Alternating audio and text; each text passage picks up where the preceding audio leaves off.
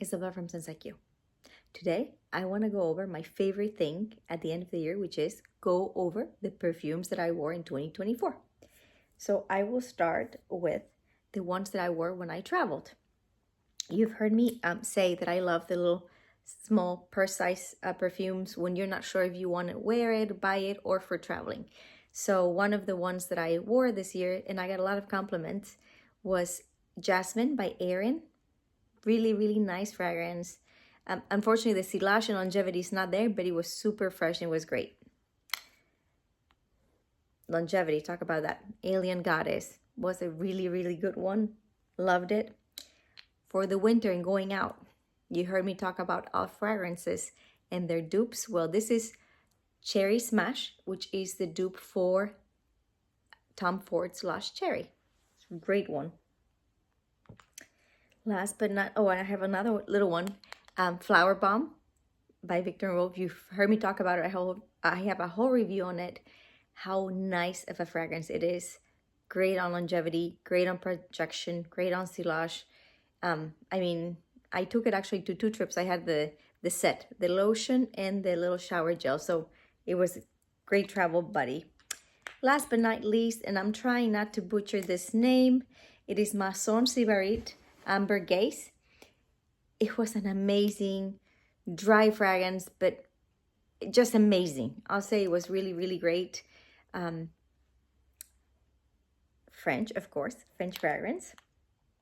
Then let's go to my bedtime perfumes, or going out to the gym or working out.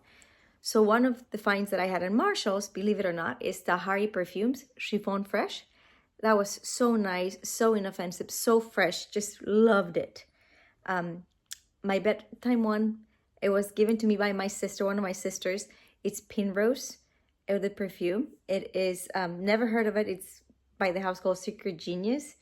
Really, really nice. It actually reminded me of Exclamation by CoverGirl from the 90s. It was a fun one to wear.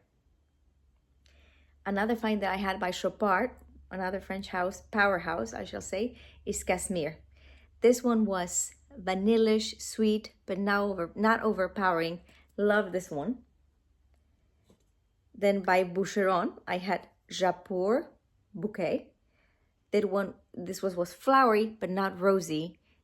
So for me, it was great. It was great towards the end of the fall. It was amazing. From Kayali, I had the Javu White Flowers. This was an amazing for spring, summer. It was a good hit. And my summer go-to, Dolce Gabbana Light Blue. Super fresh, apple-ish, citrusy, just absolutely love it. The last 2 that I had, I call it the Baccarat Rouge dupe. It's not a dupe, but it is for me, it's like a very synthetic version of Baccarat Rouge 540, and it's Ariana Grande's Cloud. Was a great fragrance. Got a lot of compliments.